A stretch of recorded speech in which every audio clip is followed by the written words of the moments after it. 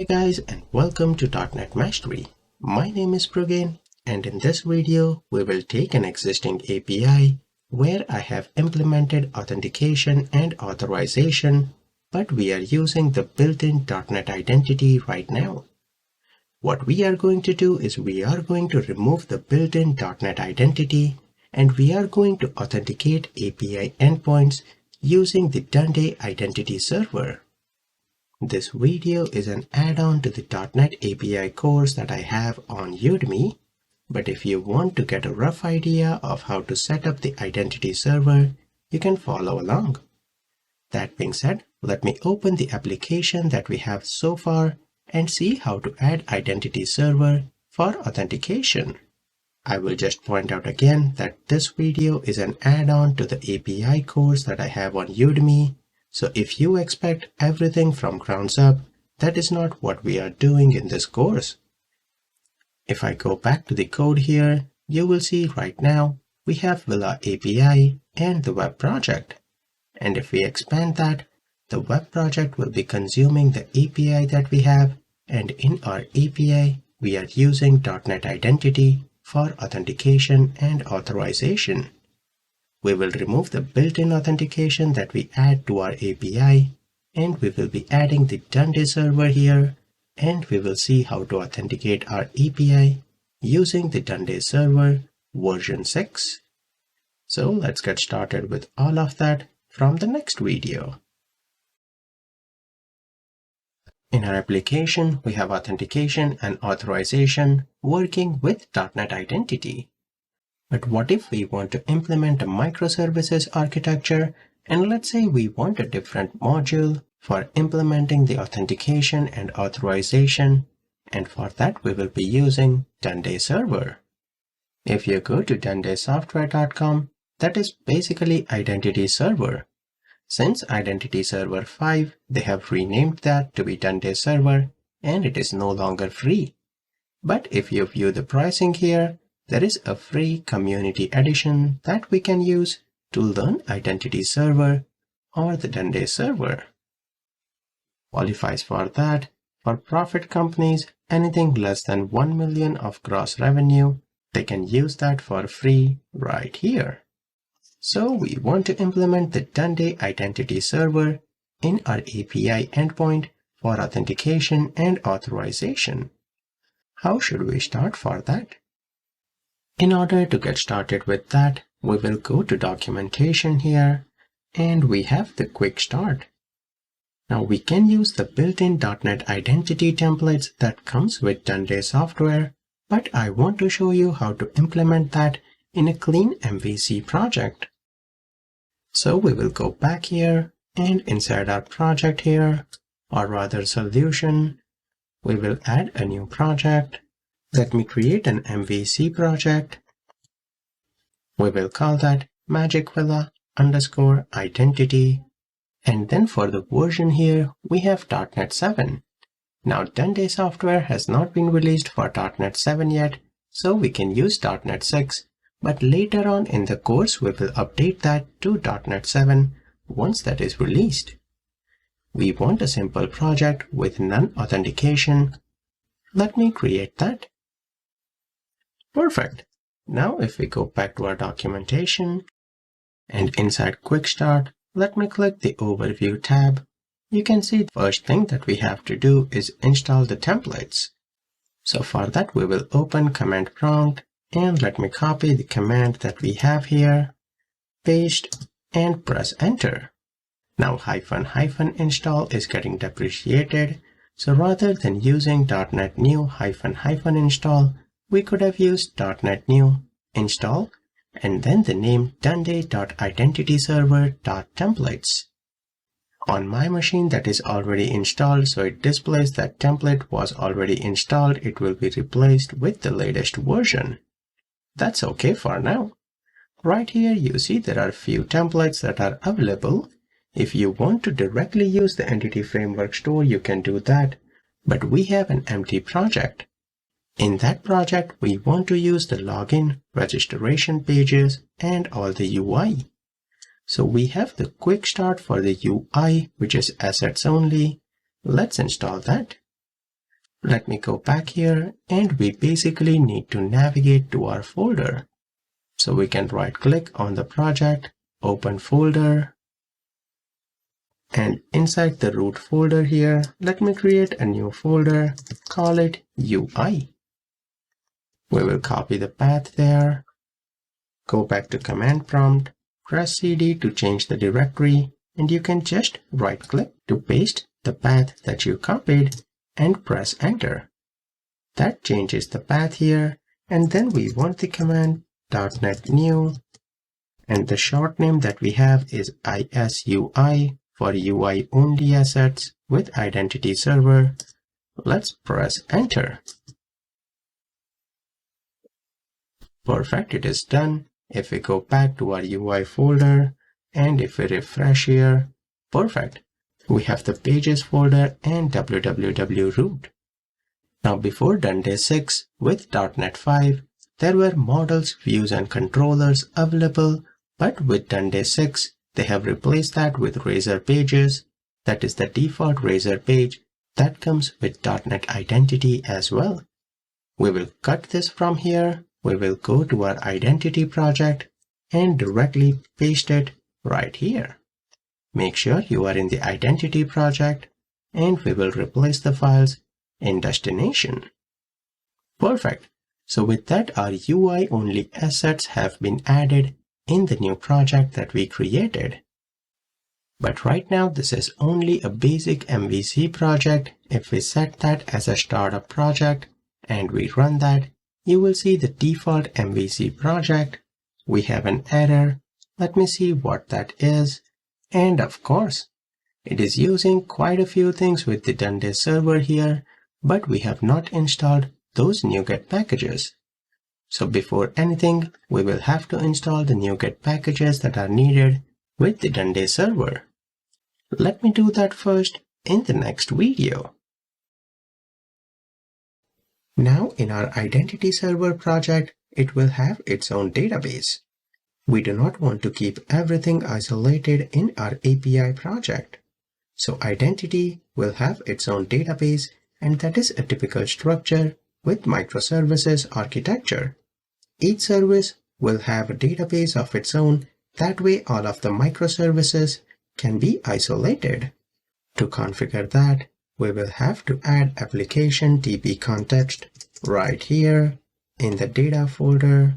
Let's add a class file, application DB context, and we can copy that from the API here. Let me copy everything right here, and of course we will change that, paste it right here. We do not want to seed any data here. We will remove that. We will remove everything else, and we will have the identity DB context. When we do that, we need different NuGet packages. So let me do that first. Manage NuGet packages, and let me close everything else here. We want to work with the Duende server, so we will install the package duende.identityserver.ASP.NET Identity, and we will install 6.1.3. Now right now, Duende 7 is not released. That is why we are using .NET 6. Because microservices are isolated. Now even though Duende 7 is not released, we can still have our project as .NET 7, and that should work.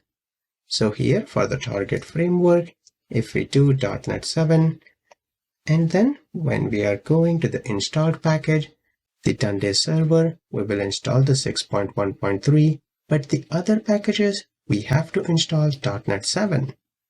So what will be the other packages? First, we have Microsoft.ASP.NET Core.Identity.Entity Framework Core. We will install .NET 7, and we will use the same version that we have. Let me do that. After that, we have Microsoft.ASP.NET Core.Identity.UI. Let me install that. Let me use the same version here, and let's install that. In order to store everything, we will be using SQL Server again, so we'll install that package.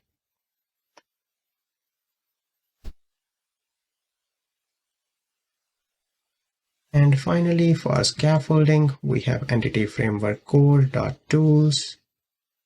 And perfect. Let me install that as well. And with that, we have all the packages that are needed with our identity project. Now with those packages installed, let me continue from the next video. The next video, we will set up our identity server. For that, we will create a .NET Core MVC project, and then on that project, we will create the DB context. So we will create class for application DB context and extend the built-in identity user. We will have application user. Then we have to configure the SQL Server database. We will add connection string, and in program.cs, we will configure all the setup that is needed. Then we will add the identity tables by configuring the identity and pushing the migration.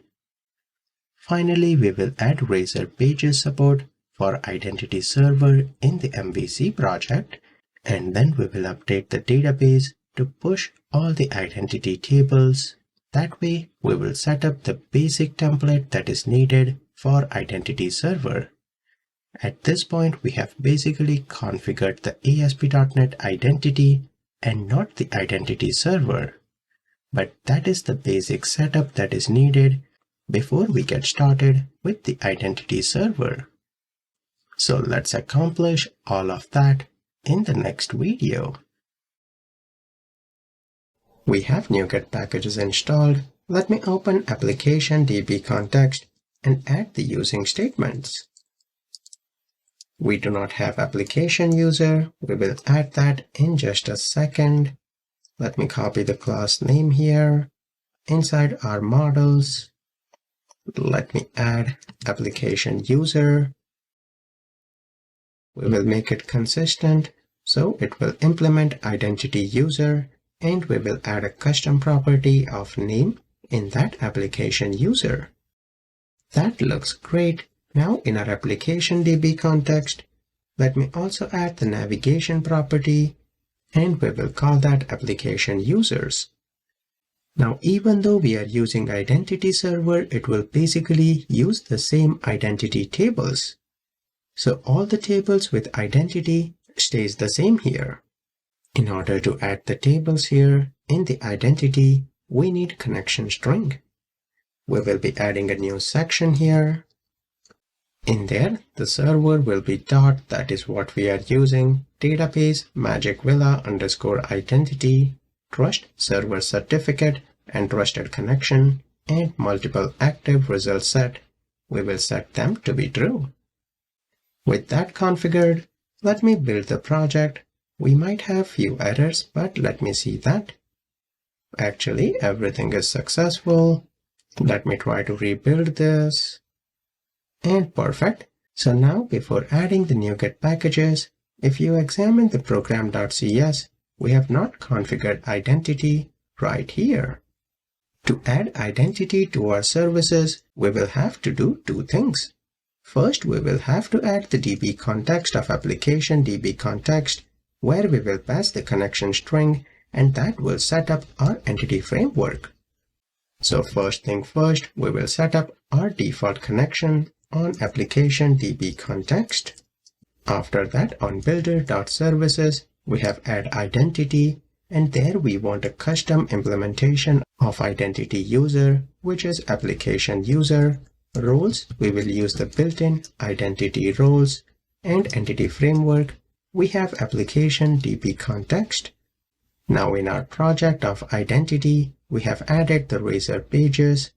For that, we will have to add builder.services.add Razor Pages. And then if we scroll down here, where we have the map controller route, we have the MVC route. We want to map Razor Pages, and on there we can have the require authorization to be on. Perfect. That looks good. With these changes, let's add a migration. We need to make sure startup project is identity. That looks good. default project will be identity, add migration, add identity tables. Perfect. You can see here basically same tables will be created like ASP.NET user, roles, and all of them. So that looks good. Let me update the database.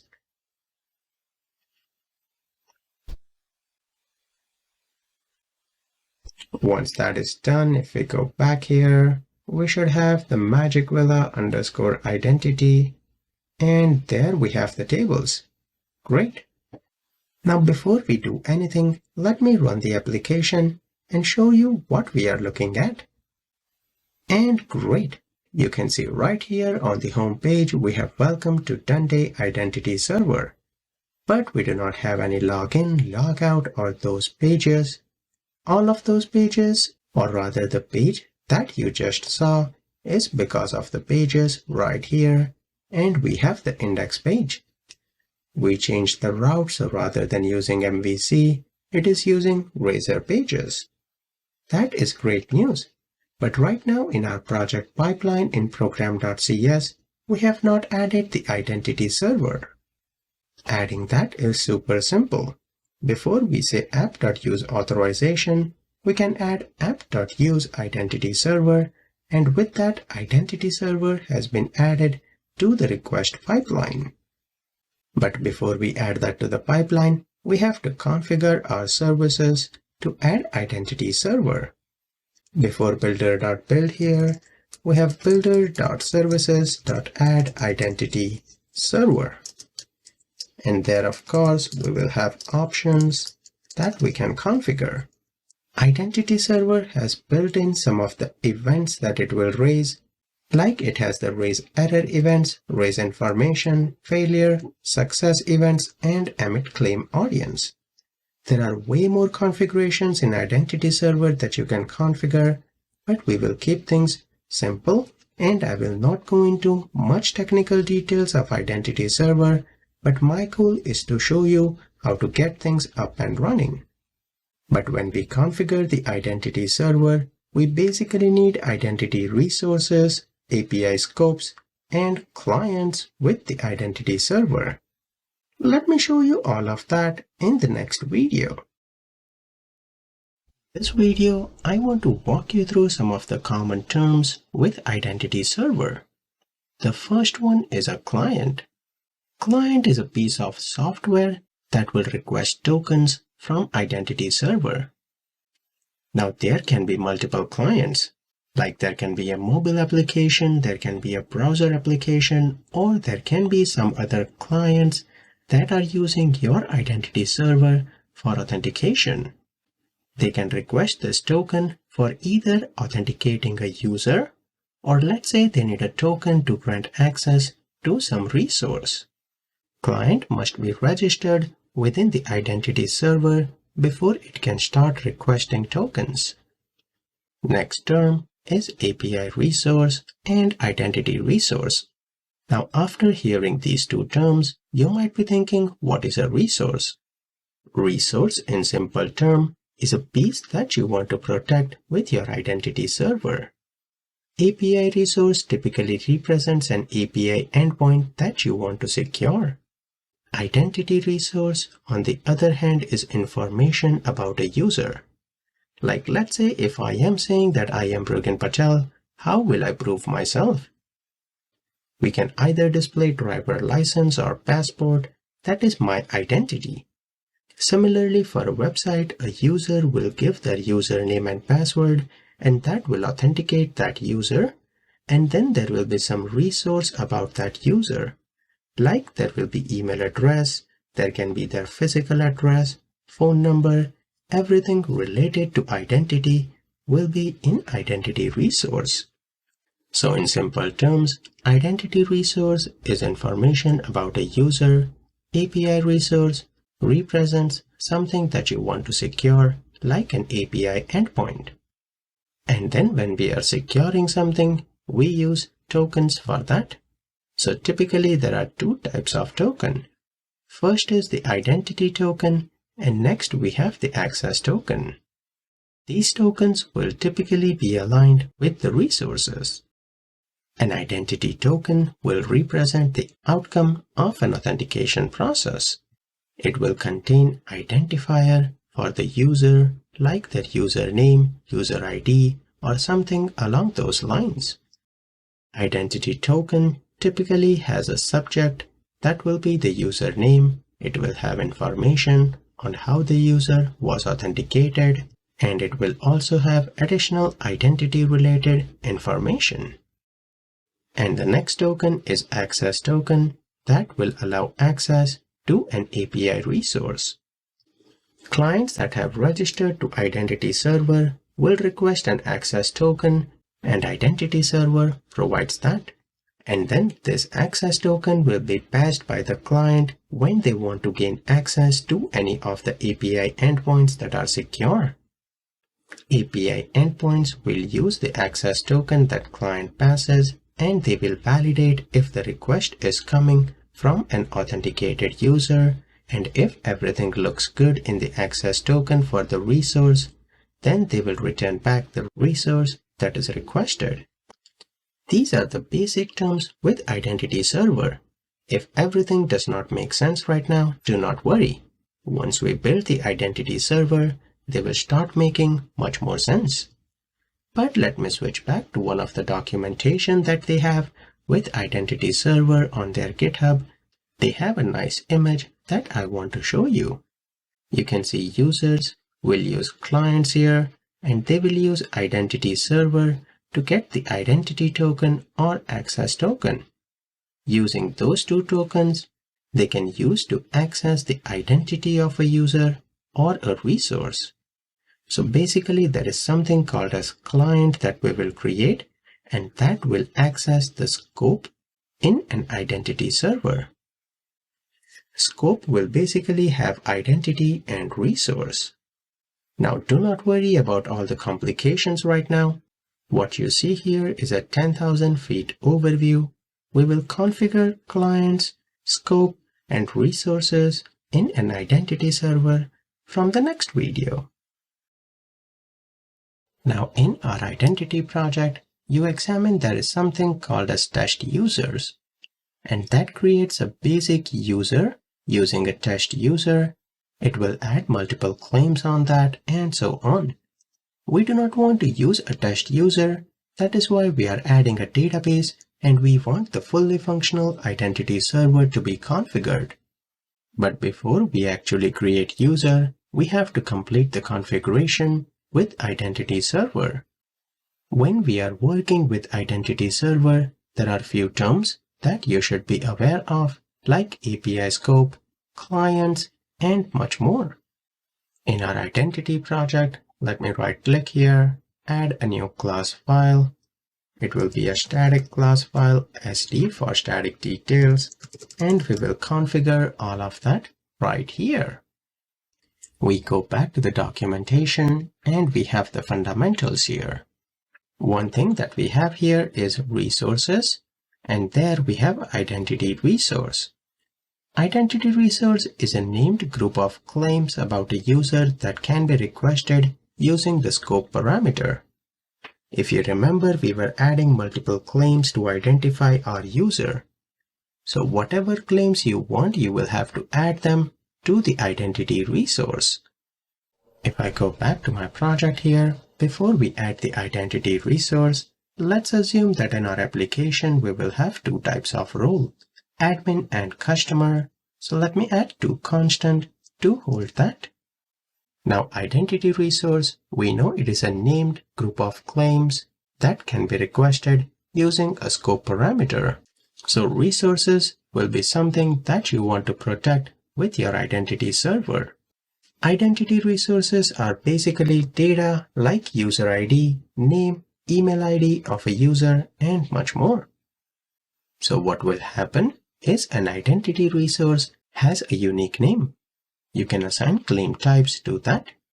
So name will be stored in some claim type, and when you access the identity token, all of these identity resources will also be provided. In order to create that, we will have a public, static, and we want a list of identity resource. We will call that identity resources, and that is a list on identity resource. We are using the built-in identity resources for OpenID. We have one for email, and next one is for profile information. There are more defaults here if you want as well, like let me show you identity resources. We have address and phone. But we will keep things simple. We just need the OpenID, email, and profile. If you want a custom identity resource, that can also be configured. Let me go back to the documentation here, and you can see there is identity resource right here.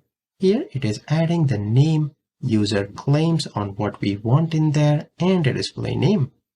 But what we are using is a standard scope, so there is OpenID for that. We directly added that standard scope. But again, as I said before, if you want something custom, that can always be done as well. Next, what we have is the API scope. Scopes are basically an identifier for the resource that the client wants to access. In our case, client will be the web application because that will be using Identity Server to retrieve the tokens. Now there are two types of scope in an Identity Server. One is an identity scope and the next one is resource scope. Identity scope will have an object of the profile itself. One example is the profile will have an identity scope, and that will include first name, last name, username, and so on. We are only using name here, so that is what we will be adding in the default identity scope. You can see right here, it is creating a scope here. Well, it is a static where it is getting the scope, and here we have a list of API scope. The scopes that are being added here are read, write, and delete. We just want one scope, which will be like Villa API, and that is what we will be using. So we can copy what we have here. Let me go back, and I will paste it right here. Rather than get API scope, I will call this API scopes. Let me format this a little bit. And right here, let me add the scope that we will be using. Call that as magic, and display name will be magic server. Now based on scope, of course, you can do some modification that only certain scope can access some of the resources and much more. But again, we will be using magic here, and that will have all the permissions, and that is all that we will configure. But as you can see, there can be different scope for only read permissions, write permissions, or delete permissions if you want. We will only use magic, but that is something that can be configured as well. Now scopes that we create here will be used by a client to access the identity token. So the missing entity that we have here is to create a client. We go back to the documentation and we have clients right here. Let me copy the standard syntax to create a client here. Go back and paste it right here. Also keep in mind that there can be more than one client for a specific server because a single Duende server can be used across multiple applications. Now I will be using Duende Server or Identity Server, but both of them typically means the same thing. Now clients in an identity server basically means that it is the entity that is requesting tokens from the identity server. It can be either for authenticating a user or for accessing a resource. Example of different clients are like web application, mobile application, desktop application. Let's say all the three applications are using a single database for storing all the user. Then there will be three clients of the same Duende or identity server. Right here, what we have pasted here, it is creating a generic client. We can obviously leave that is not an issue. But for our understanding, let me create a new client that we will be using for our Magic Villa. We know this is a list of clients, so we can copy this one, comma, add a new client there. Client ID, let me call that as magic, and we need the client secret. Here you can have a special secret key, but we will use the basic string secret and we will encrypt that with SHA 256. You can obviously add that to your app settings, retrieve it here, and do all those fancy stuff. We will keep things super simple.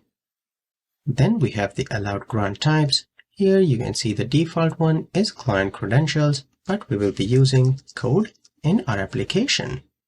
Grant types are basically the flows or protocol flows.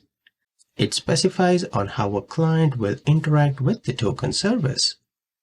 Next parameter that we have here is critical. What are all the allowed scope for this particular client? Like some client can only have read, write, delete that we have here. We want magic, so we can add that here. But on top of that, if you want to give all of them, that's also okay. So we have read, write, and delete. Based on that, you can limit on what a particular client is allowed to do with the scopes that we have.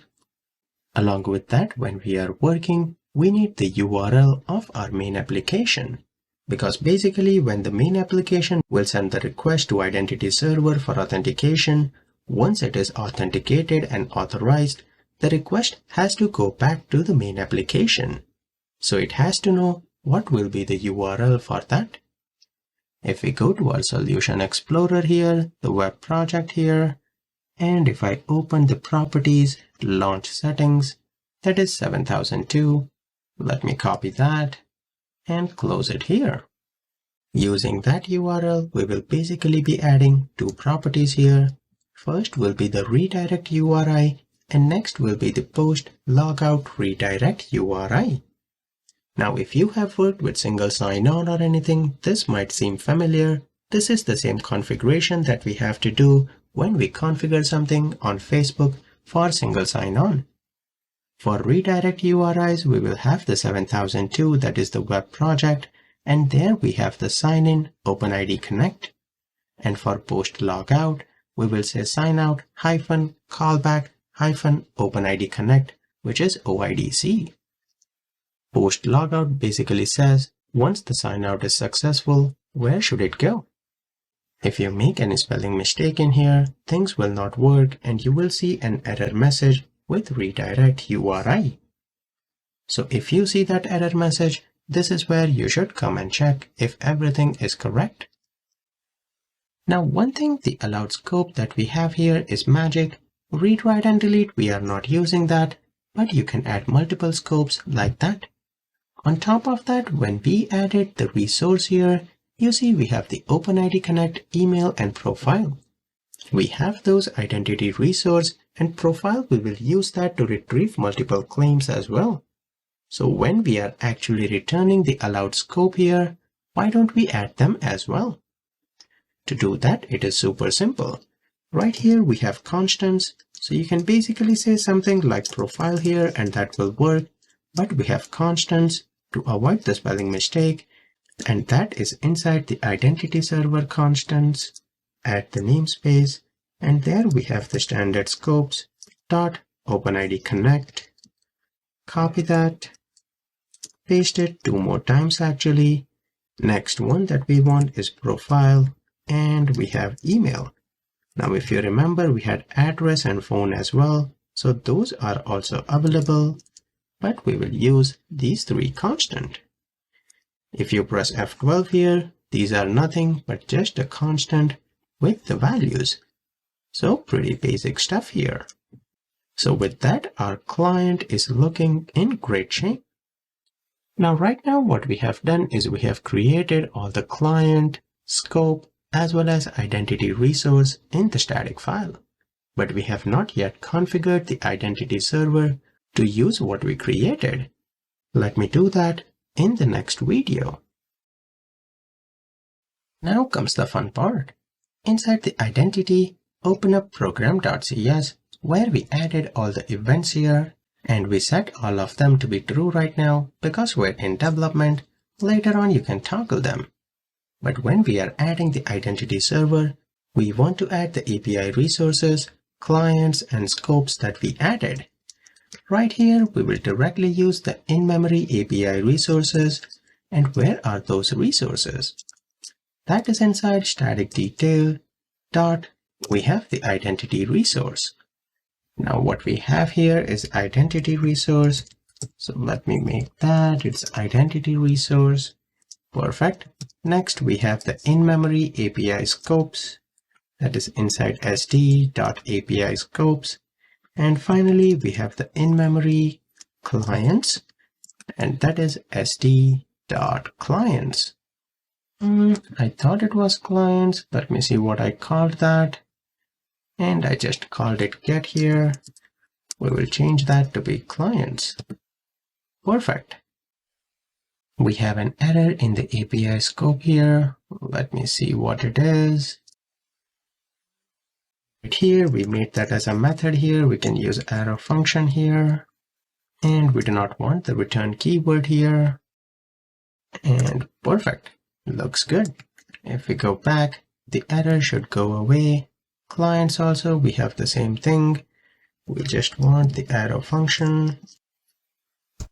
And we don't need the return keyword. Let me remove the closing bracket here. Perfect. Looks much better. Whoops, I think I saw an error there.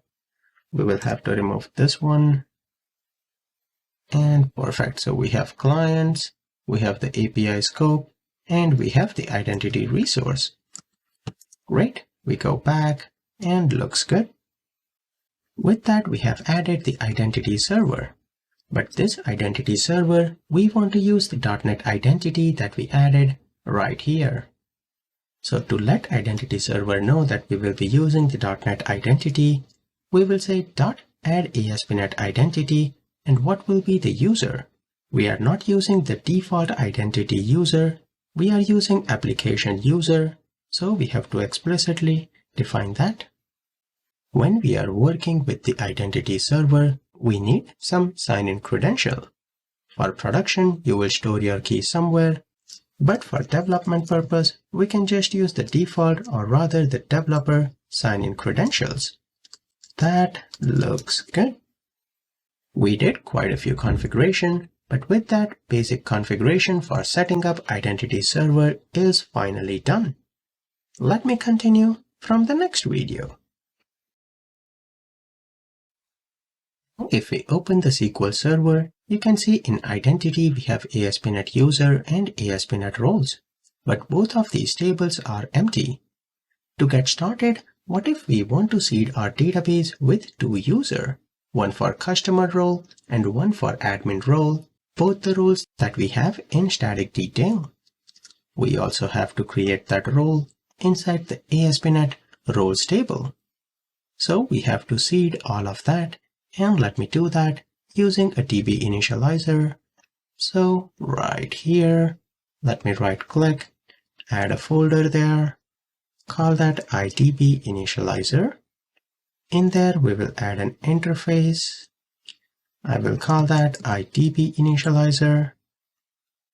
And we will add a class there that will implement the IDB initializer. I will call that DB initializer. Inside the interface, we will have one method, which is public, void, and initialize. The class here, let me implement the IDB initializer and implement the interface. Now inside our identity, we have the data application DB context. We can use that to toggle the identity tables. But when we are working with the built-in .NET identity, we have user manager and role manager that has lots of helper methods.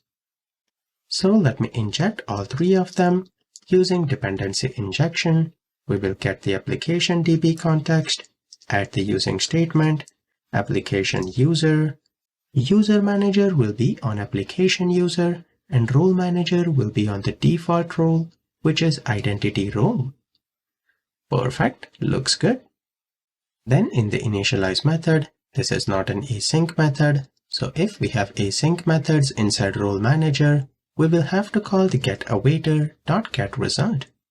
First on the role manager, we will say find by name async. From our static details, we will pass one of the role, which is admin, and if the result is null, that means that that role does not exist in the database. So in that case, we will create admin as well as customer role Using role manager, there is a helper method, create async, that expects an identity role. So we will say new identity role and pass in the constant that we have for admin and customer. They are async method, so we will call the getAwaiter.getResult. In the else part, if the role exists, that means that seeding has already been done once, so we will just return back. Simple as that. But if that is not being done, we are here for the first time. Let me also create two users. First user will be of application user. Let me call that admin user. We will have the username and email both as admin1@gmail, and we will use the name of Ben. Let me say Ben admin. Perfect. Then to create this user, on user manager, we have the helper method create async, where we have to pass the application user and the password that we want for this user. It is an async method, so we will call getAwaiter.getResult. Once the user is created, we want to assign this user role of admin. So on user manager, we have another helper method add to role async, where we will have to pass the user, which is admin user, and what role we want to assign. We want to assign that user the role of admin. That looks good. So with that, our user and role will be assigned. If we go back to the tables here, you can see we have ASP.NET user claims as well. We can add some values to that user claims. So what happens is identity will automatically retrieve those claims and pass that along when a user is requested. Let me create a variable claims1 on user manager. We again have helper method for add claims async.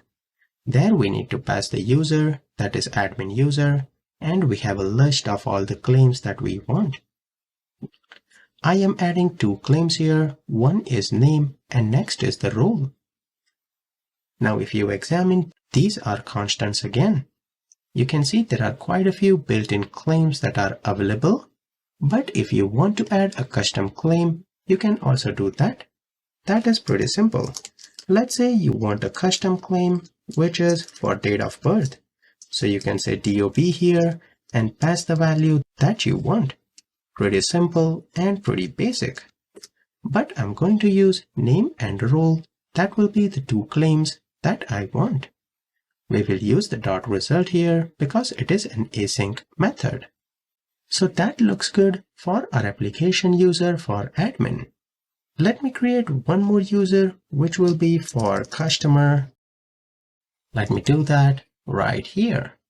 So we will create a new application user, username customer1@gmail, same password, assign that the role of customer, and when we are adding claims, role, we have the sd.customer.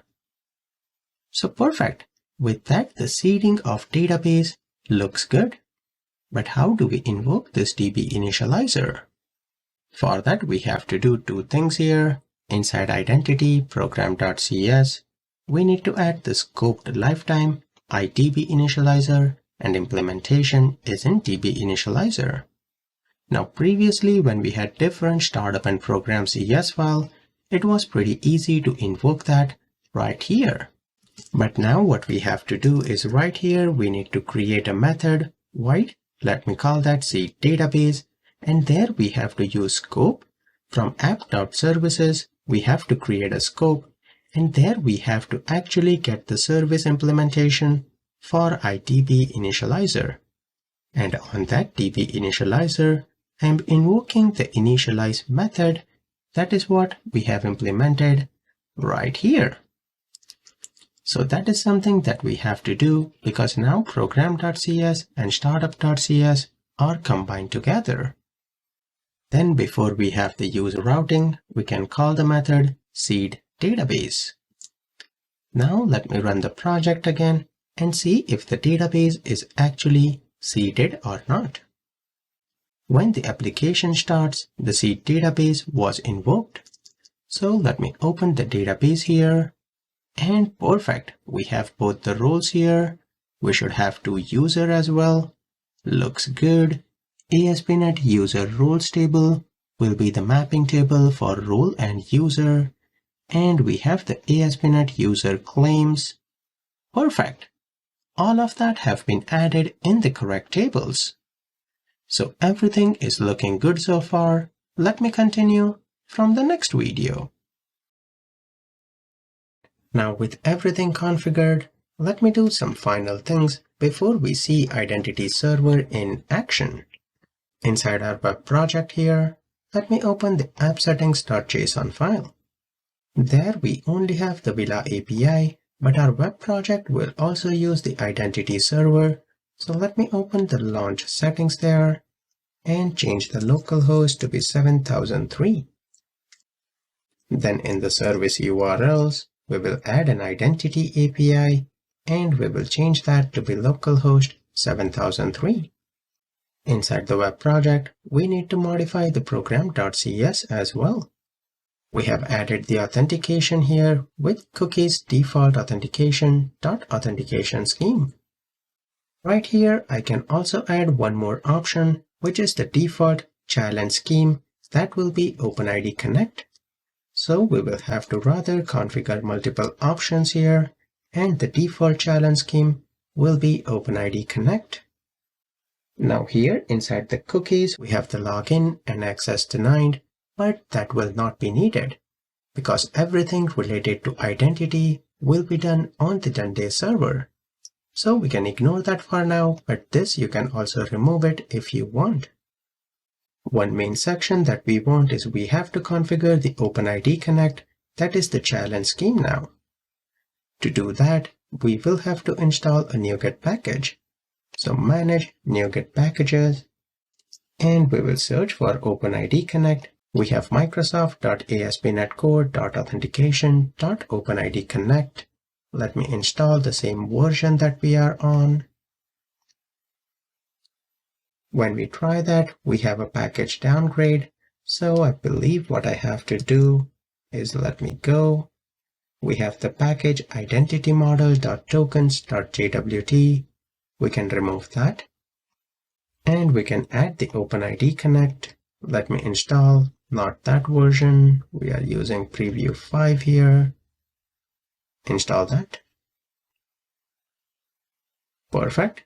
With that configured, let me build the web project just to make sure nothing's broken. That works here. Perfect. So after the add cookies, you can remove that. I am leaving that for your reference, but we have the add OpenID Connect. Now here, what will be the challenge scheme? That is OpenID Connect OIDC. Make sure there is no spelling mistake there. There we have to configure quite a few options. First thing, we will be setting the authority. So what will be the authority that will give us or grant the OpenID Connect tokens and everything? That we added inside app settings. We have the service URLs and identity API. We will retrieve that using builder.configuration. Next, we have the get claims from user info endpoint. Set that to be true because claims will have all the details. Next, we need what is the client ID, client secret, and response type. If you remember that, we configured inside static detail, client is Mango, and grant types is code. That is what we are using here. And the secret, we have the plain string as secret. After that, we want to retrieve the claims for name and role. So on option, we will set the token validation parameter, name type claim as name, and role type claim as role. That will retrieve those two claims that we added in our tables as well, right here. Finally, I will add two more configuration, add scope of magic and save token. And I have a spelling mistake here. This will be magic and not mango. With that, the OpenID Connect configuration looks good. But we will have to make same changes inside the API as well. We have the program.cs. Make sure you are in the program.cs of the Villa API. There we were configuring the authentication for JWT bearer. Here we can also configure the authority. We know the URL is 7003 port, so we will add x.authority, port number 7003. Now we configured authentication in the API. We can also configure authorization and add the policy. So if we scroll down here, we can say builder.services.add authorization. We can add a new policy of the name API scope. So right here, I'm only showing you how to add a policy. On option in the authorization, you can configure some custom policy, like we are giving a name of API scope here, and we are saying that this policy requires the user to be authenticated. On top of that, we require a claim of Mango. Now, of course, the claims that we have so far are not applicable to this, so I will comment this out, but you can configure policy and use that for authorization as well.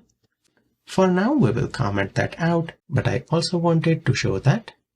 With that, we are only halfway there with the configuration, and there are still few things that we have to tweak.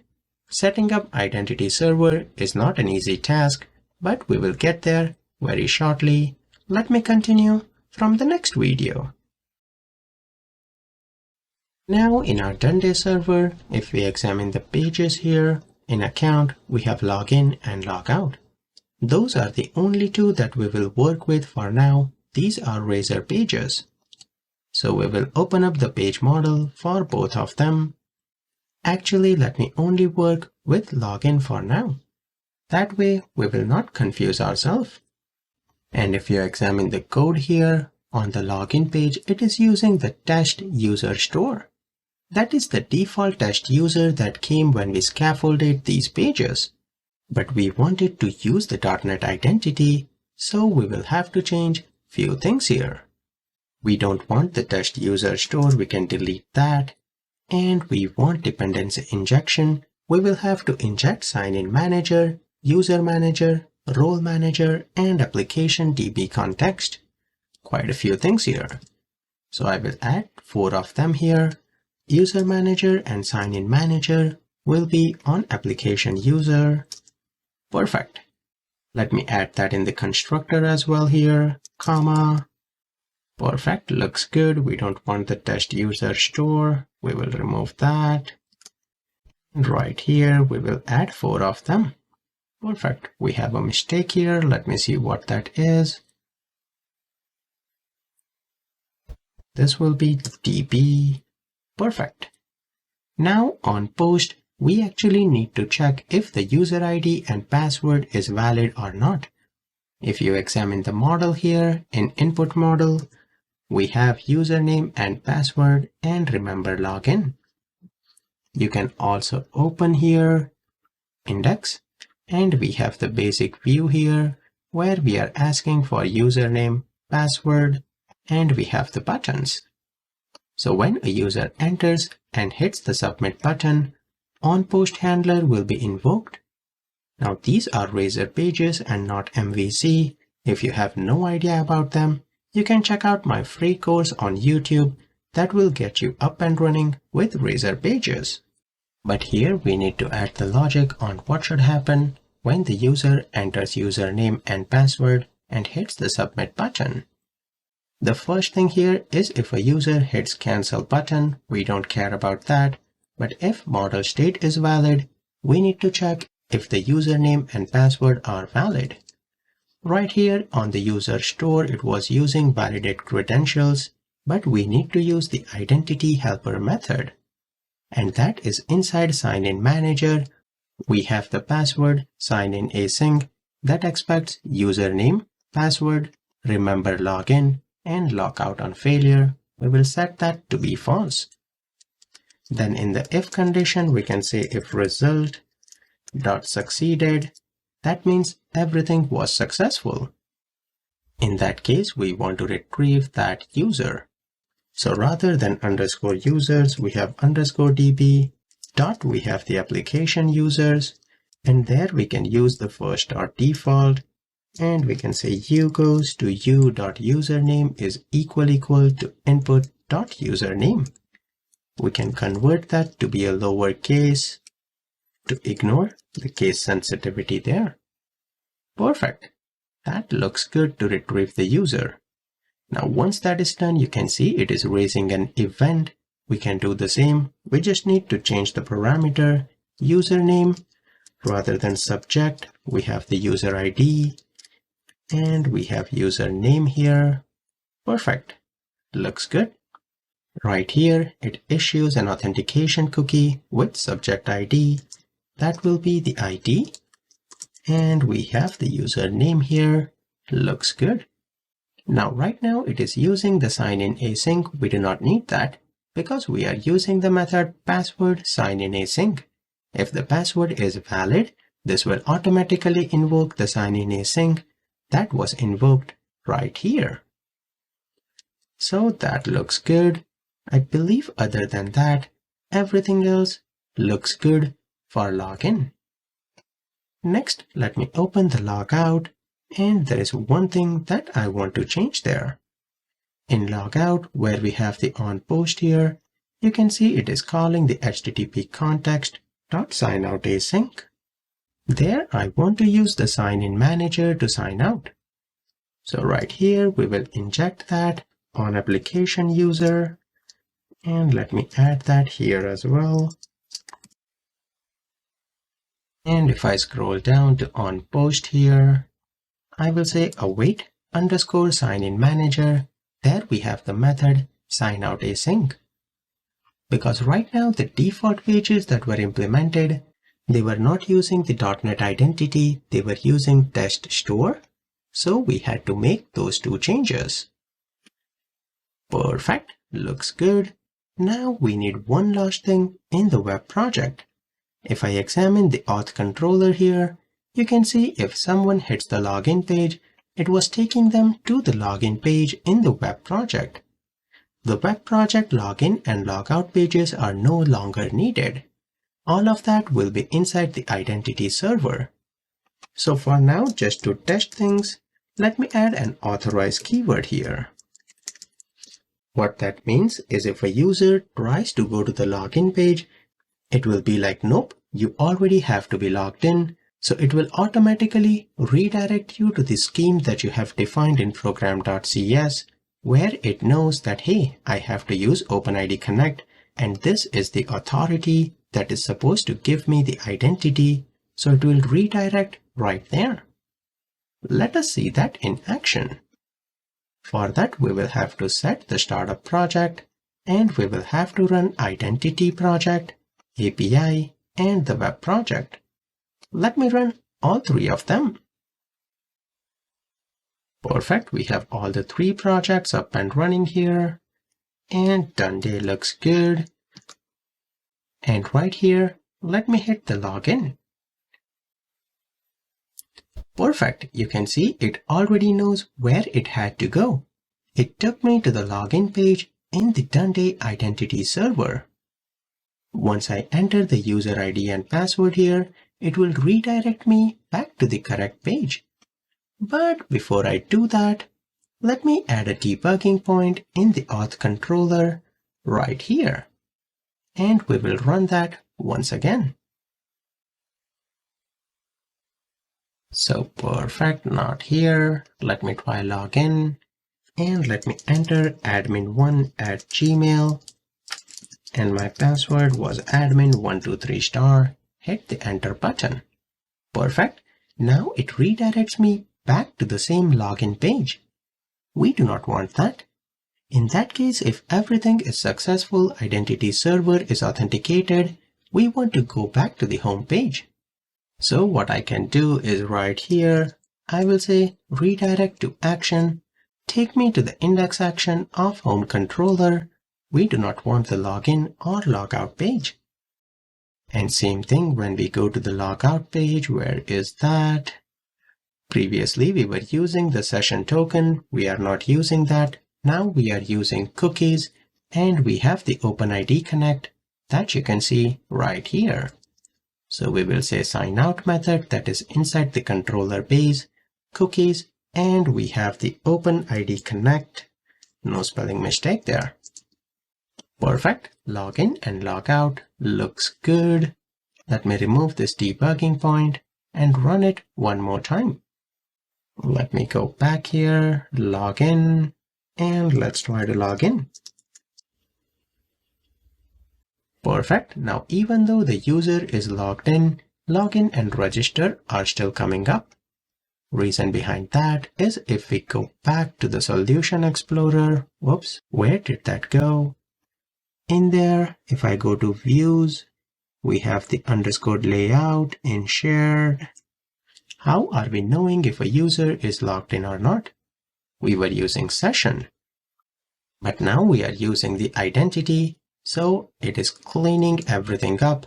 Directly in the user identity, we have the is authenticated. Everything is tightly integrated and we don't need any session. Let me try this. Let me click on login here.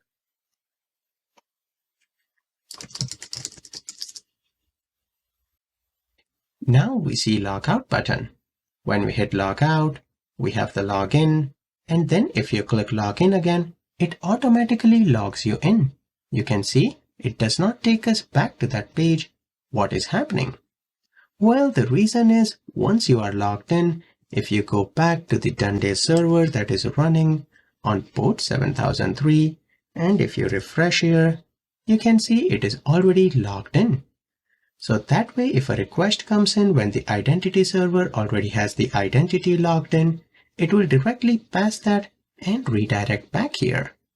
But if you log out from the Duende server here, and then if you log out, and if you try to log in, there you go. It will ask you to log in again on the Duende server. So perfect. That is something that you should be aware of. With that, our identity server is working as expected, but we need to test quite a few things and make some modifications. Let me do that from the next video. When we were not using the identity server, we were examining what was the token that was being passed. How can we examine the token that is being passed right here from the identity server? That is simple. If we go back to the auth controller, inside the login here, the token will be inside HTTP context with the special name of access token. So we can add a variable access token, and on HTTP context, we will say get token async. The special name is access token. If you use anything else, it will not work. So we will make this method async, and let me restart. Add a debugging point here. We will log in here, and it hits our debugging point, and perfect. You can see the token right here. Let me open jwt.io and examine that token. Great, quite a few things here. You can see we have the scopes that we added. Client ID is magic. Sub basically has the user ID, but we do not have any custom claims like name, what is the role of the user, and other details. We need to add some configuration to add that to our token. Let me do that from the next video. In the token you saw we do not have roles or any claims that we added. For that we have to do some configuration changes. First, where we have the static details in the identity project, where we are passing the client and all the allowed scope here, we want to add one more scope which is for role. And there we have a constant which is jwt claim types.role that basically has a role. We will add that. But adding roles and custom claim is kind of a customization that we want to do. Identity server allows for all the customizations that we want, but of course we will have to do some programming for that. So here we will have to add a class, and I will call that profile service. We need to implement the interface iProfile service which is inside Duende Identity Server .services, and there we will implement that interface. Here you see we have two methods, getProfileDataAsync and isActiveAsync. GetProfileData will basically load all the profile data that we want. On the context here, we will have all the entities, but from that context, we will have to generate claim. So in the getProfileData, we will create a claim based on all the roles or whatever claim we retrieve from the ASP.NET user claims or the role table. So we need to inject few things right here. The first two things that we want here is user manager and role manager. We know how to get that with dependency injection. But on top of that, we will have to create a claim right here. And for that, we will need the iUser claim principal factory, and that will be also on user, which is application user. So we will inject all three of them using dependency injection. Then if you remember the token, we had something called as subject. Let me run the application and show that. That way it makes more sense. I will click login here. Let me log in. We hit our breakpoint. Let me copy the token. And I will open JWT. Paste it here. Perfect. You see, we already have something called as SUB, which is subject, and that is the user ID. So that is already there in our context request. So in profile service, in the context, we already have context.subject and getSubjectID that will retrieve the ID. Now, based on the user ID, we can retrieve the application user using our user manager. There is a method findByIdAsync. Let me make this an async method. After that, we have to create a claims principal. We will press Ctrl. For the using statement. User claims is equal to await. On the user claims principal factory, we have create async, and we will pass the user right there. After that, we will convert all of the claims that are present here into a list. So we will have a list of claims there. And then inside the context, we have which are all the requested claims. So we only want the claims that are requested. So we can say claims is equal to claims.where. And there we can say u goes to, on the context, we have something called as requested claim types. If that contains u.type, then we filter that and we convert that to a new list. So that will filter out the claims. Now on top of that, we want to add custom claim. If you remember, we have the name and we want to add role as well. To add something on this claims, it is simple.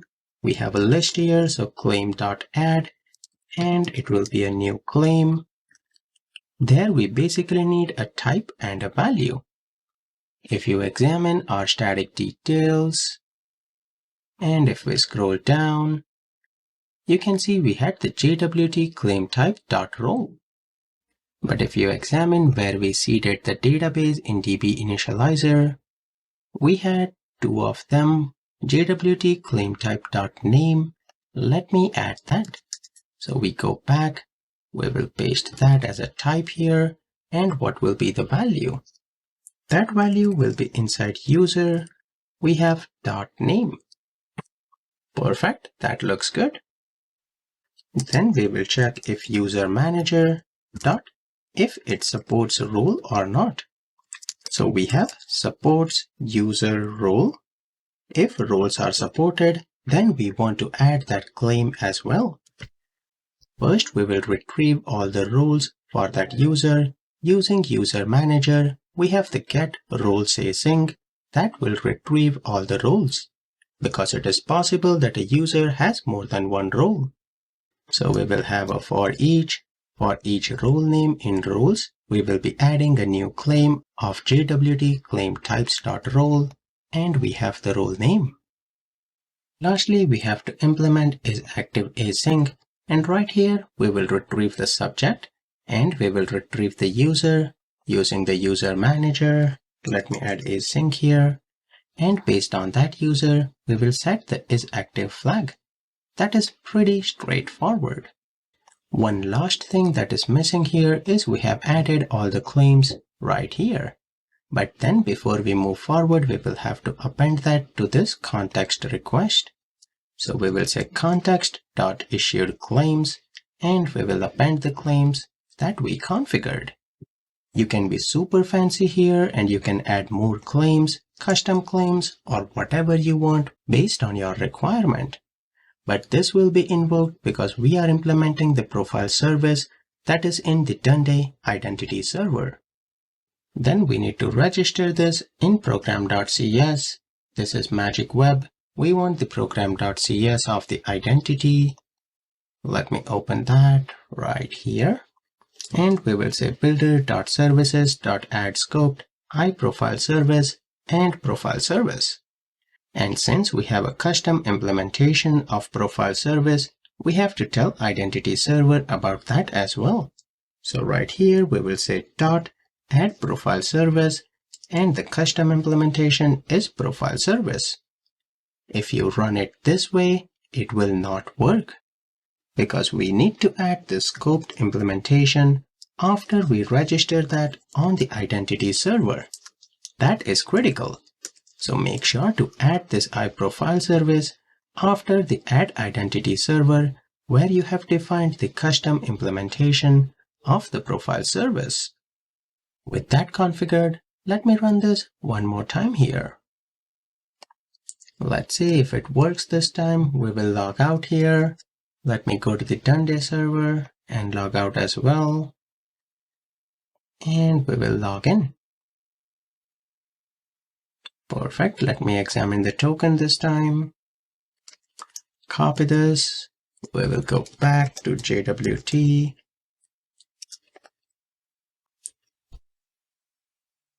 JWT.io and paste it here.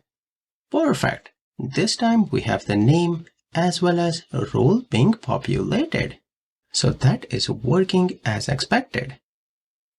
Now, of course, if we go back to our application, let me continue here.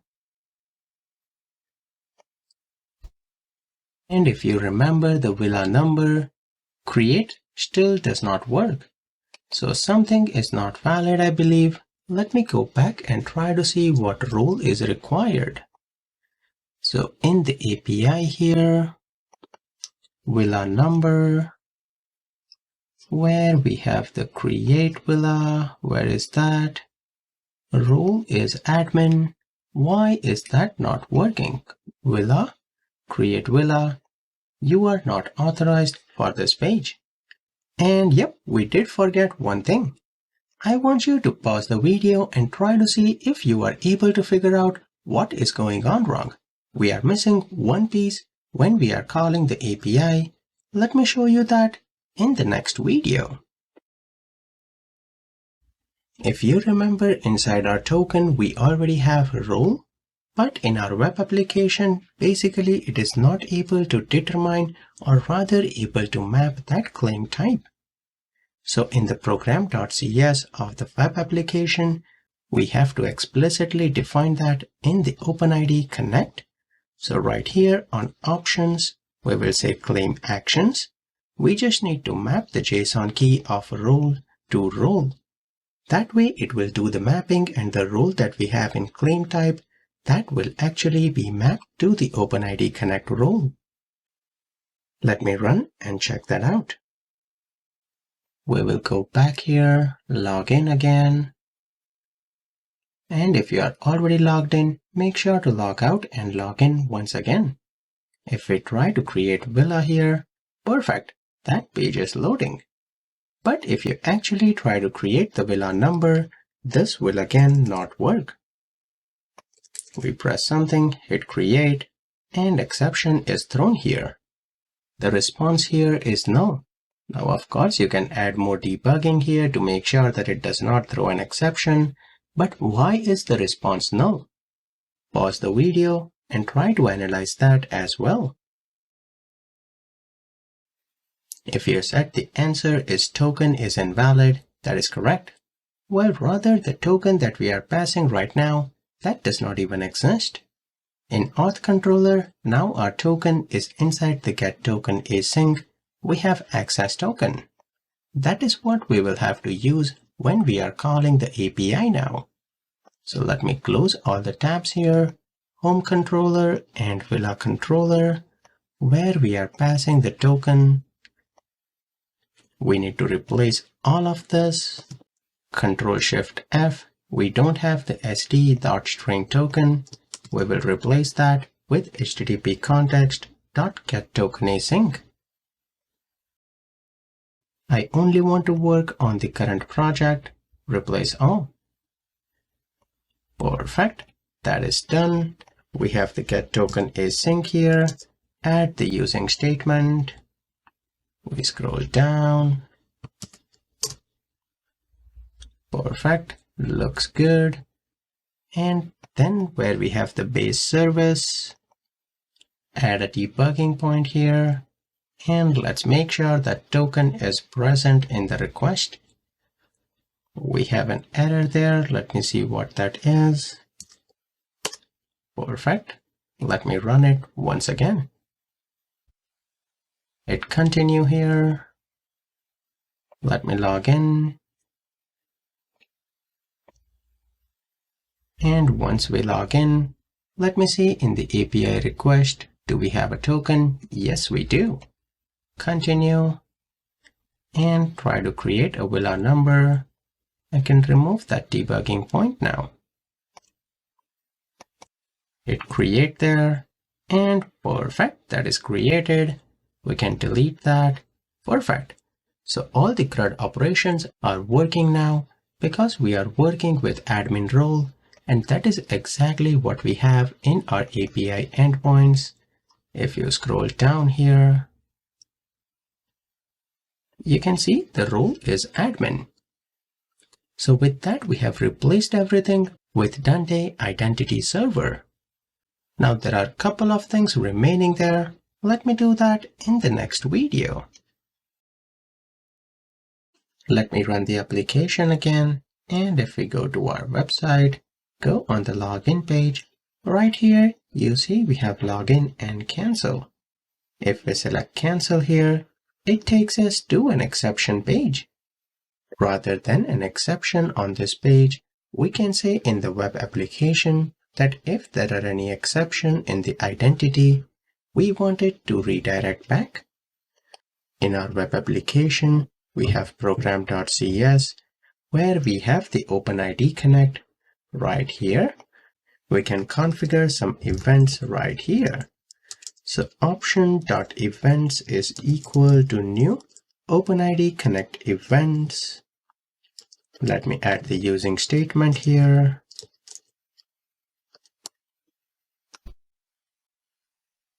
And inside there, we have the on remote failure.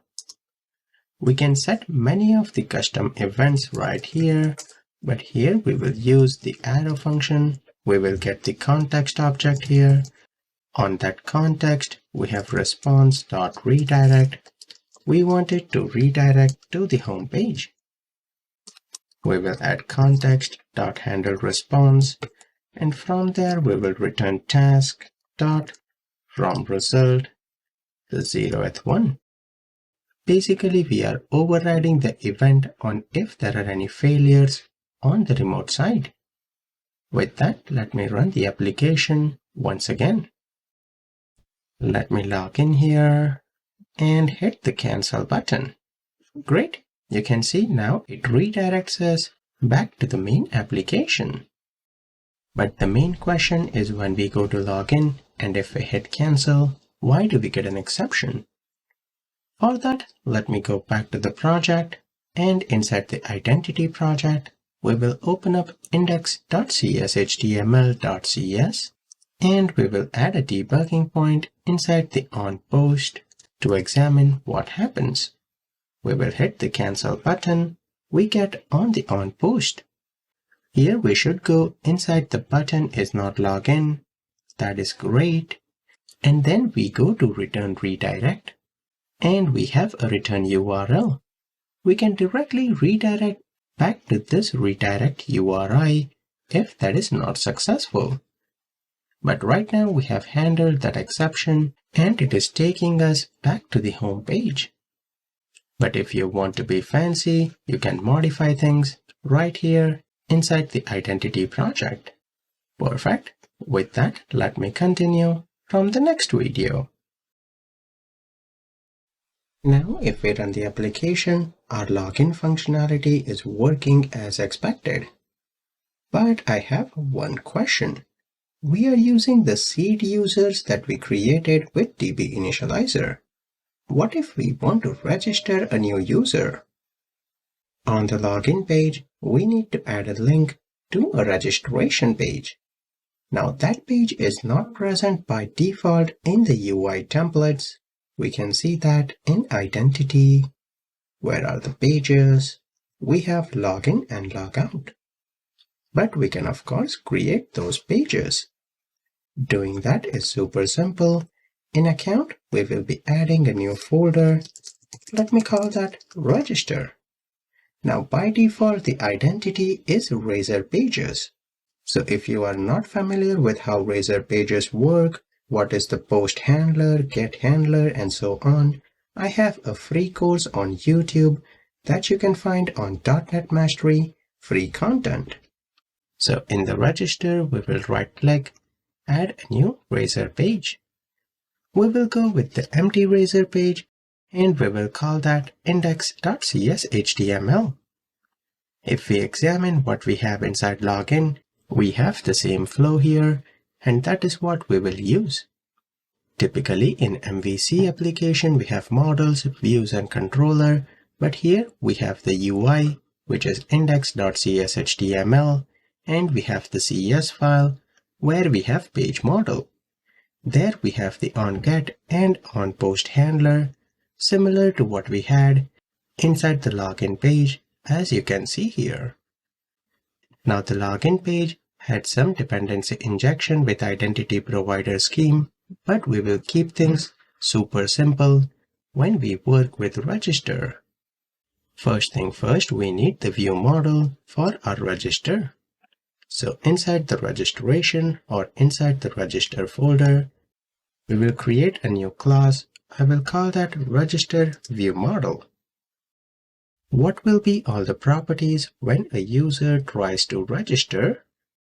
We want to add 5 properties. First is email, name, and password. That is pretty self-explanatory.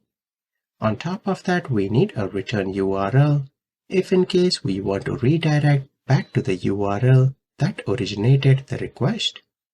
And finally, we will also have a role name here on what role should be assigned to the user. So that looks good for our view model. The last thing that I want to do in this video is in our main web project, views. If we go to _layout, we had login and register. I do not want the register URL right there. I rather want to add that URL inside the login page. So inside login, we have index.cshtml. Right here, let me remove this div. And local account, we will rename that to be login. Then from this login page, we need a link to the register page. So let me add that link right here before the buttons. We will be using anchor tag, and then the tag helper we will be using ASP page because we are working on Razor pages. If it was an MVC application, we would use something like ASP controller or ASP action. Now you might be saying that, hey, this is actually an MVC application. And that is right.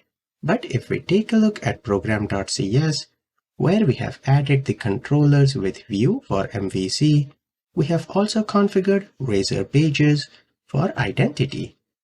So both of them will be valid, but when we are working with the pages here, these are Razor pages That's why we will use ASP page. And what will be the URL?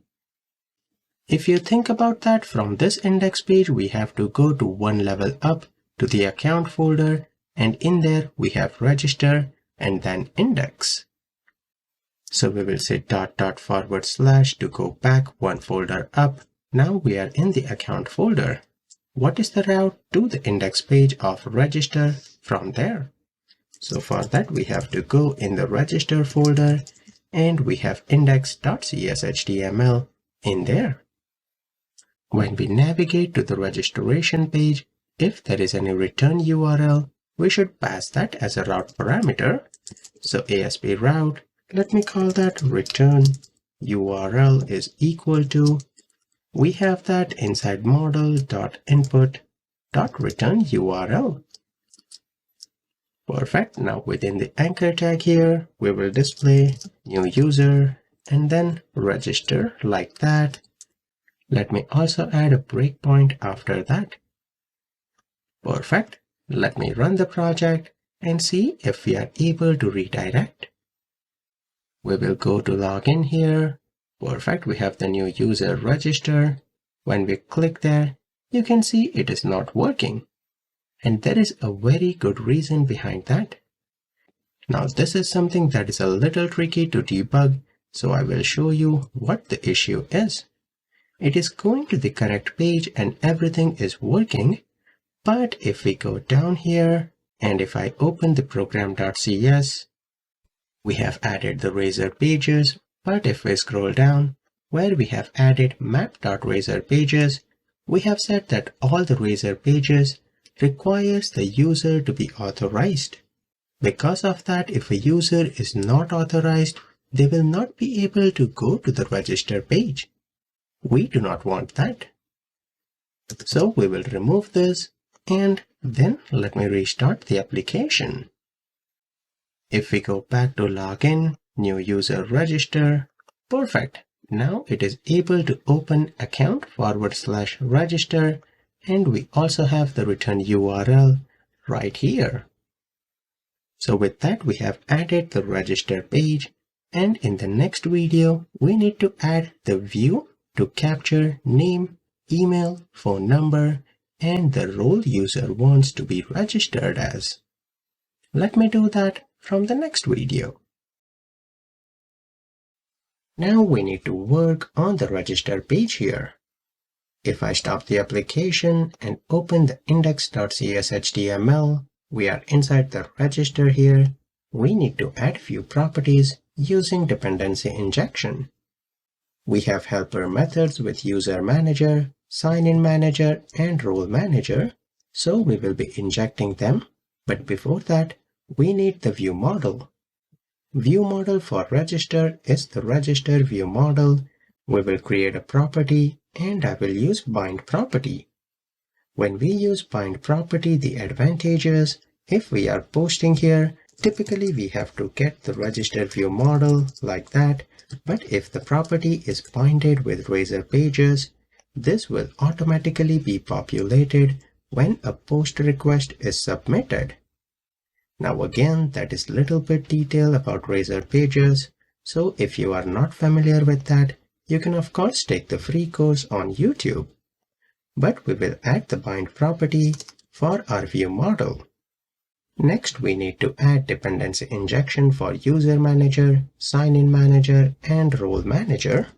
The D user for sign-in manager and user manager is application user, so make sure to add the using statement.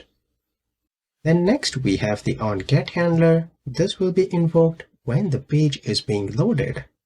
So when a page is being displayed, we need the drop-down on the page to be populated. Dropdown will be a dropdown that contains all the roles of our application. So let me create a list of string, call that as roles, and we will add admin and customer in there. Those are the roles that we have created. If you scroll down, right here we have admin and customer. So rather than magic string here, we can use our static detail.admin and static detail.customer. After that, we can store this in a view data with the name of roles message.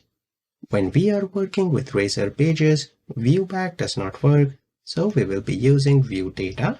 And on the UI, index.cshtml, here we will retrieve that view data and display a drop-down for the roles of our website. After that, the input here will be a register view model. Let's create a new object and we want to populate the return URL. If you examine the index for login, where is that? Right here on the register, we are passing a return URL. So let me close that. And here we will retrieve that string return URL as a parameter, and we will populate the return URL in our register view model. It looks good. Everything is populated. We will return back to the page. So we will say return page, and that looks good. Rather than void here, we will have async task of action result. Great. That looks good for the get handler. With that configured, we can now work on the view, which is index.cshtml. Here the model is already defined, that is index model. And if you go here, that will be the index model that we have right here. So in there, if we have any properties, we can directly access them. Inside the Razor code here, we will retrieve the role list that we added to view data. And here, make sure the key name is same that we have added, which is roles message.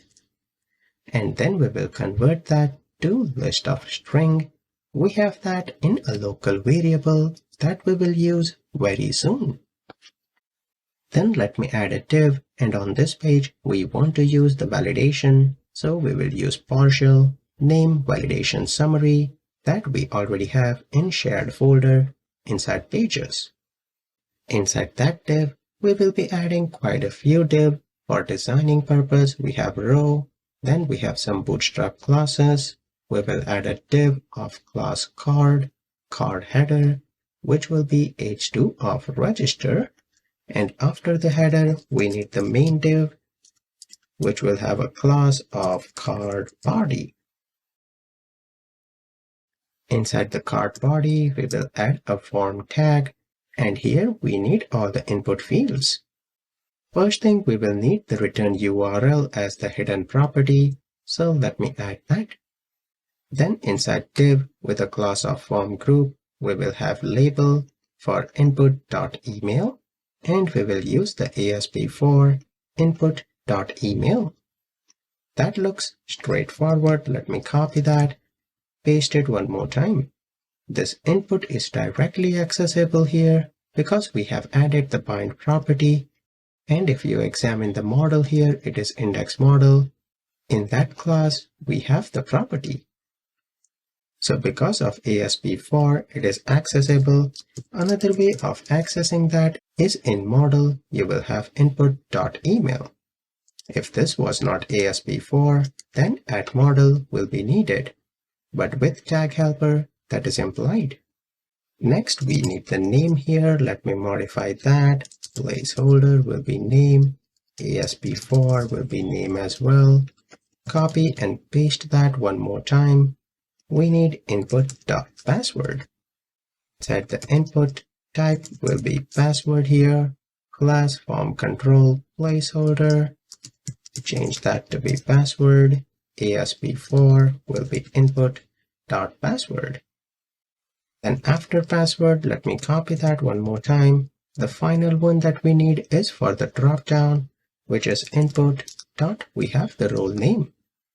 The type will not be password here. This will be a select list. So let me add select and ASP4. That will be input.role name.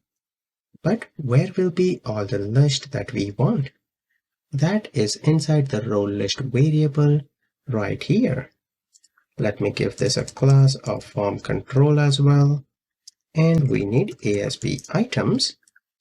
For that item, we need to create new select list, and that list is inside the variable role list. because we have added the add sign here, we can directly access role list in there. Finally, we need the button for register. So let me add that. We will add button, class of btn primary, name button, value register, and we will have register in there. After that, in the card footer, card body ends here, we will add a card footer there, and inside there we will add a link to go back to the login page if user wants that. Perfect, that looks good. Let me run the application and see if the UI is rendered correctly. We will go to login here, register, and great. This looks much better. Inside the role, we have both admin and customer. Now what I can do is this is left aligned. Let me make it consistent with what we have. So I will copy this div here from our register and let me open the login index. We will replace it with this column small 6 and let me restart. We log in here. Perfect. That looks good. But now if we click on login, you will see an error message, return URL field is required. That is because we are not passing that when we are returning back. We can do that as well. If we go down here, not here, inside the register, we can have ASP route, return URL is equal to, and this will be inside model.input.return URL. And let me run it one more time. Whoops, I closed that accidentally. I will have to restart. And we go to login, register. If we go back, that is functional. If you do not want to manage all of that, you can close that. And in identity, we can click edit project file. And we can remove this nullable that is enabled by default. Once you remove that from the project file, we do not have to worry about defining the nullables. So make sure you clean that as well.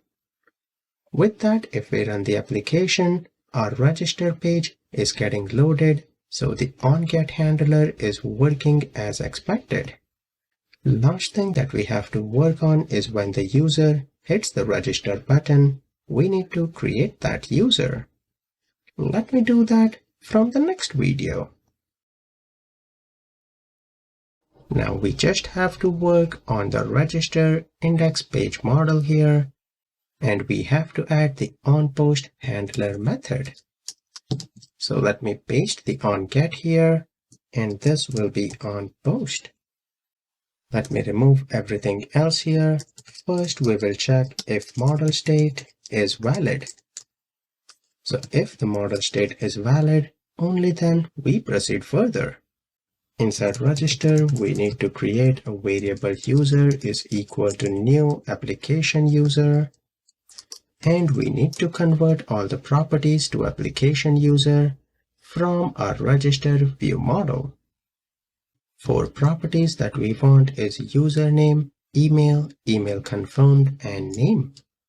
We are setting the email confirmed to be true, but username and email will be the same. Then in order to create user on user manager, we have create async where we are passing user and we need to pass the password that is inside input.password. We will have to wait for the result here. So let's add that. Once we get the result here, we will check if result.succeeded. That means the user was created with the password that is provided right here. After the user is created, we have to assign the role to that user. But as a matter of precaution, we can check if the role exists or not. So we can check here using role manager. We have the role exist async and we will pass the role name. That is an async method, so we will have to call the getAwaiter.getResult.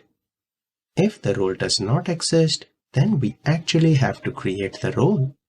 Now, right now the roles are already created, so this will not be invoked, but I want to show you that you can add extra precaution to make sure the role gets created before it is assigned.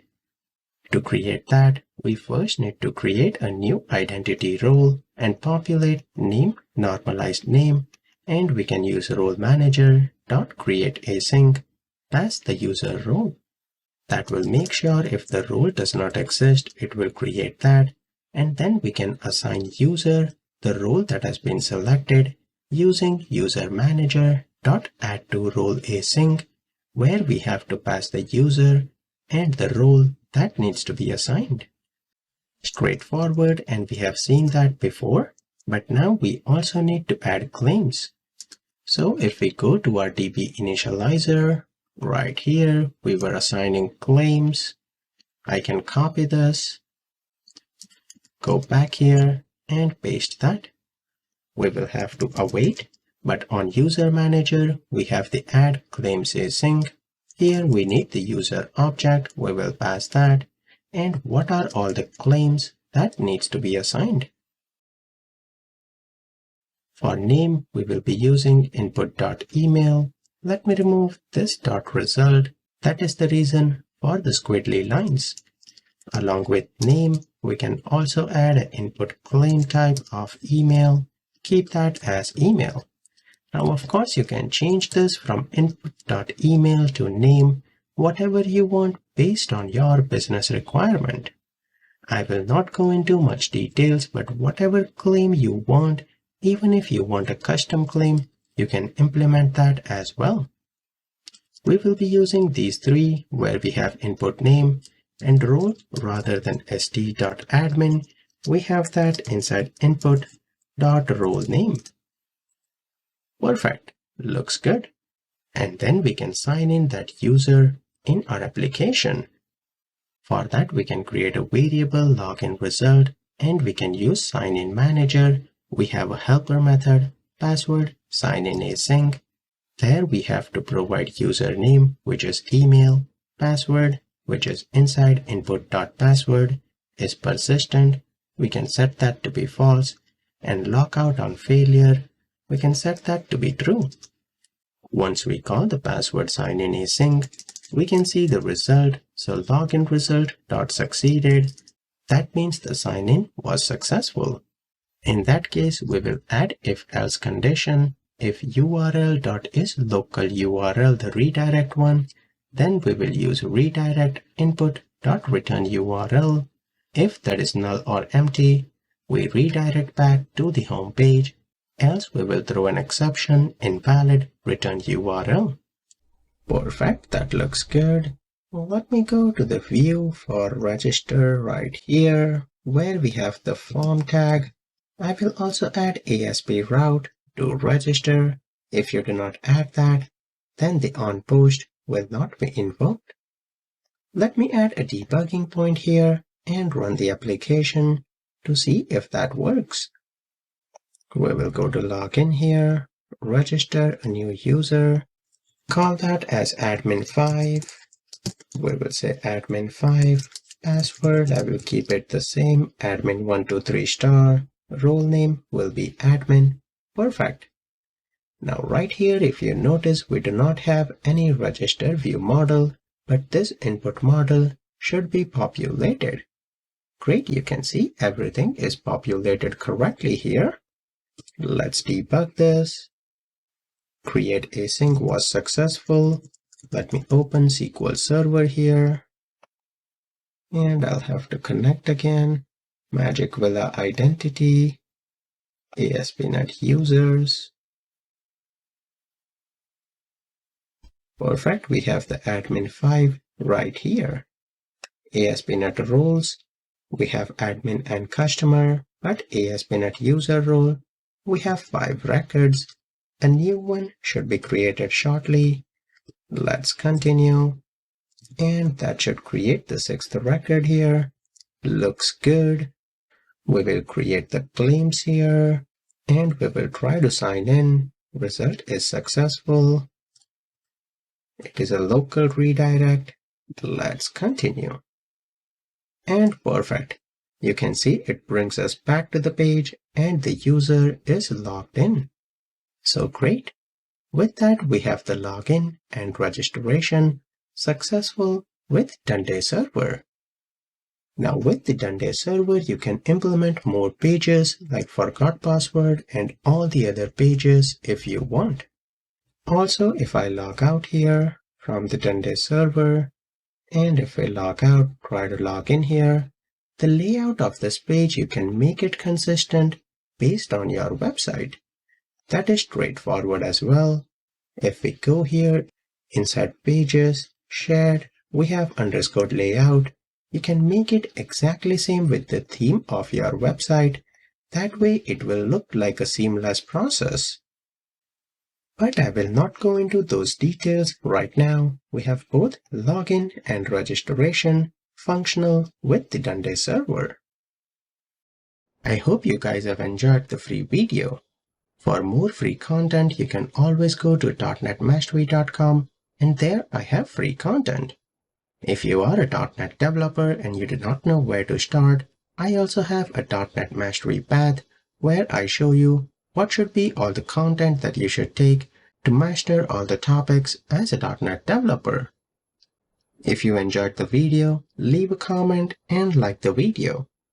For more free content, make sure you subscribe to the channel. That way you do not miss the new content that I always upload.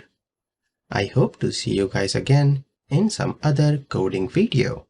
Till then, happy coding!